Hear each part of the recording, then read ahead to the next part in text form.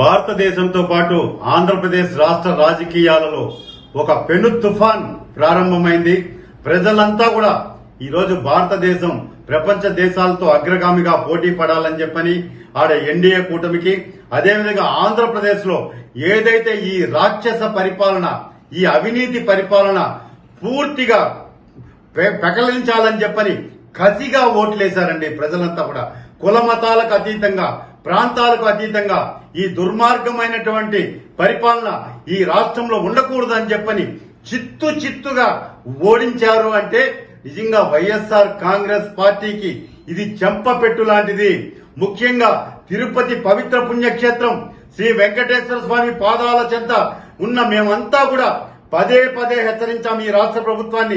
అయ్యా జగన్మోహన్ రెడ్డి, వెంకటేశ్వర స్వామి జోలికి రావద్దు, వెంకటేశ్వర స్వామితో చెలగాటం ఆడద్దు, ఆయన డబ్బుని తాకద్దు, నిప్పుతో చెలగాటం అగ్గిని తాకినట్లే అని చెప్పి హెచ్చరిస్తే అధికార బలంతో, అహంకారంతో కళ్ళు నెత్తికెక్కి ఈడ ఒక అధర్మారెడ్డి, ఒక నీచుడు, ఒక ధర్మారెడ్డిని తీసుకొచ్చి నువ్వు కొండ మీద మూడోసారి కూర్చోబెట్టి వెంకటేశ్వర స్వామికే పంగనామాలు పెట్టాలనుకుంటావా? ఈ రోజు నీ చరిత్ర వైఎస్ఆర్ కాంగ్రెస్ పార్టీ శాశ్వతంగా భూస్థాపితం చేసేశాడు వెంకటేశ్వర స్వామి. ఒకటే చెప్తున్నాను, అధికార బలంతో, అంగబలంతో, అహంకారంతో వెంకటేశ్వర స్వామితో పెట్టుకోవద్దండి అని చెప్పని హెచ్చరించినాం. ఈ రోజు ధర్మారెడ్డి పెట్టుకొని ఇష్టానుసారంగా భక్తుల మీద మీ దాడులు. ఈ రోజు సామాన్య భక్తులుగా, తిరుపతి స్థానికులుగా మేము అయ్యా మా స్వామి డబ్బు జోలికి పోవద్దండి, స్వామికి వచ్చే భక్తులకి సౌకర్యాలు కల్పించండి అంటే మా మీద కేసులు పెట్టావా దుర్మార్గుడా? ఈ రోజు నువ్వు పెట్టిన కేసు నిన్ననే హైకోర్టు కొట్టేసింది. నా మీద పెట్టిన కేసు ఇదే భగవంతుడు భక్తుడికి ఇచ్చిన విజయంగా భావిస్తున్నాం. నాలాంటి భక్తులు ఎంతో మంది ఎన్నోసార్లు హెచ్చరించారు, నీ పద్ధతి మార్చుకో, నీ అహంకారమే నిన్ను మసి చేసేస్తుంది, భూస్థాపితం చేస్తుంది ధర్మారెడ్డి అని. కానీ అహంకారంతో, అధికార బలంతో రెచ్చిపోయావు. ఈరోజు టీటీడీ ఉద్యోగస్తుల్ని ఉక్కుపాదంతో అంచావు, తిరుపతి ప్రజల్ని స్వామివారికి దూరం చేశావు. సామాన్య భక్తులంటే నీకు లెక్కలేదు. ఒక దళారీ లాగా తిరుమల కొండ మీద తిష్ట వేసి జగన్మోహన్ రెడ్డి చెంచాగాడి లాగా బతికినావు. ఈ రోజు నీ బండారం బయటపడింది. ఈ రోజు నా మీద పెట్టిన కేసులు నువ్వు పరువు నష్టం కింద వేశావు, దానికి సమాధానం చెప్పా.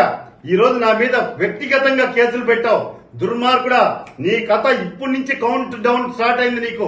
నువ్వు ఎక్కడికి పోయినా కూడా ఈ 5 సంవత్సరాల కాలంలో తిరుమల తిరుపతి దేవస్థానంలో ధర్మారెడ్డి అధర్మంగా చేసిన పనుల మీద విచారణకు ఆదేశిస్తాం.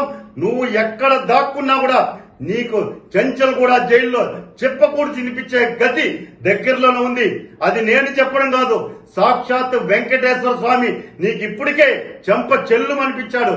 ఈ రోజు వస్తున్నటువంటి ఫలితాలతో నీకు చివరిగా పూర్తిగా భక్తులంతా కూడా తిరగబడి గుడ్డలిప్పి కొట్టే రోజులు అతి త్వరలోనే ఉన్నాయి. ఎక్కడికి తప్పించుకోలేవు ధర్మారెడ్డి, నీకు అంతం కాదు ఇది. నీ కథ ఇప్పుడు ప్రారంభమైంది, కాసుకో అని చెప్పి ఒక శ్రీవారి భక్తుడిగా, వెంకటేశ్వర స్వామిని మనస్ఫూర్తిగా కొలిచే ఒక సామాన్య భక్తుడిగా నీ అంతం కాదు, నీకు పతనం ప్రారంభమైంది.